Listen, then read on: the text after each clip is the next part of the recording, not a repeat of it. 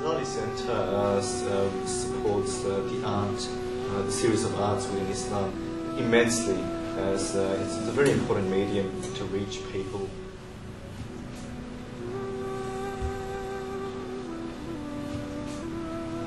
Building bridges between communities is one of the main objectives there.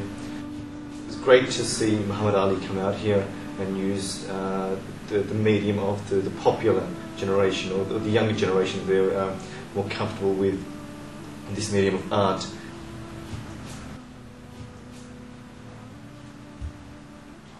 My name is Peter Good. I'm a graphic designer, but I like to dabble in the arts a bit, Islamic arts.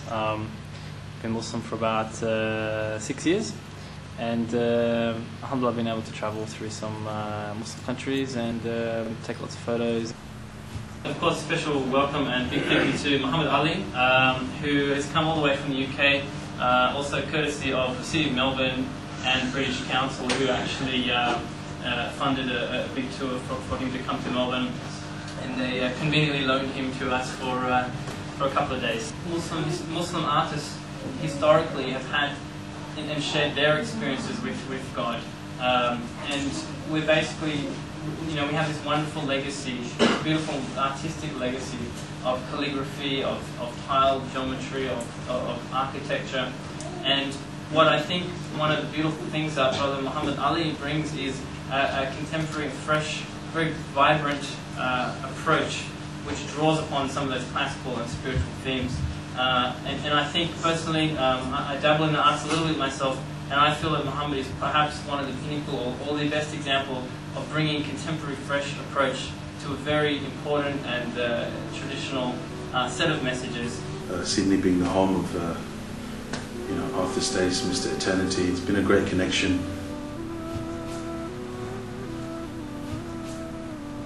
Australia and graffiti art. So let's have a look. As I was digging deeper and deeper, I found about this fella, Arthur Stace.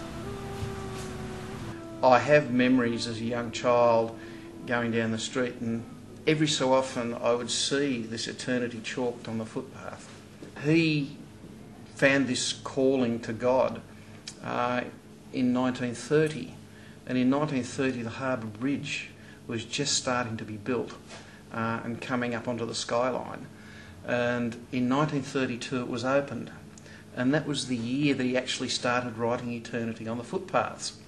And to see the bridge in the artwork provides not just the words eternity, but the bridge itself provides a link back to this man.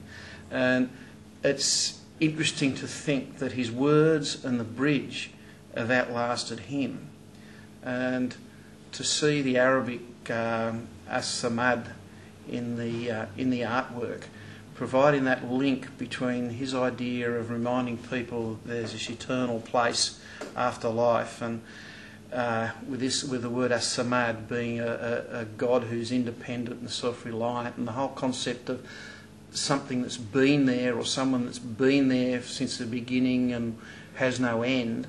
It's a nice link, and with the bridge in there, it really makes that piece of artwork a very Australian piece of artwork. So it sort of provides a bridge between Islam and Australian culture and beliefs. So it's actually a really nice concept for a piece of work. My impression of graffiti has always been someone in the dark of night out with a spray can just spraying a bit of rubbish on the wall, but to actually see the process involved and see people getting involved in it, it's actually more than paint on a wall. There's a lot of experience and interaction with people, and that's actually a tradition that is carried on from, you could say, the Renaissance masters. They used to have their students who would, when the master did a major artwork, he'd do the outline for it, and then the students would start to fill in bits, and he'd supervise and change and correct. So even a Renaissance masterpiece was actually more or less a combined piece of work. Brother Muhammad Ali's work is absolutely fantastic. It's amazing. It's something we've never seen here in Australia, and to myself, I've never heard of AerosolArabic until only probably a few weeks ago. Having watched a graffiti artist make a white board come to life, and something that I've never actually looked at a board of graffiti and actually looked further into it and seen more than just a picture. I've seen Islam, I've seen connections of interfaith, I've seen, I was standing along Muslims, non-Muslims, and we both got the same smile on our face. We're probably thinking two different things, but I think we connected somewhat. With the Australian Catholic University, who have worked with us actually on this project somewhat, and we're going to be providing the finished work of Muhammad Ali to them as a gift, and again, to build bridges between communities.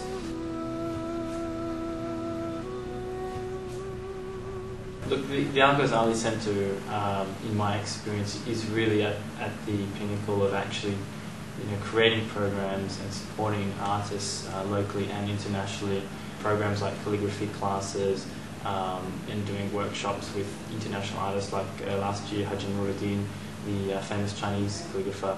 We have a diploma, we have a Faculty of Arts department. We run a diploma on calligraphy, and it's a long-term diploma, runs over a few years. I'm familiar with the Islamic art since coming here to Al-Ghazzali Centre and learning about calligraphy. It is very interesting, and it requires dedication. I converted to Islam about almost 3 years ago, and since then I've been trying to learn Arabic, and I've also decided to learn calligraphy. I've been interested in art for as long as I can remember, so Islamic art is something that really sings to me. More people are becoming more interested in Islam, and therefore all the art will be better recognised and better taught. The same way that Aboriginal art once upon a time, years ago, was people didn't pay any attention to it, whereas now it's really appreciated. Art Gallery of New South Wales, and they invited our calligraphy students to be a part of it, and their involvement was to basically write people's names in calligraphy in Arabic, and it's inspired a lot of non-Muslims.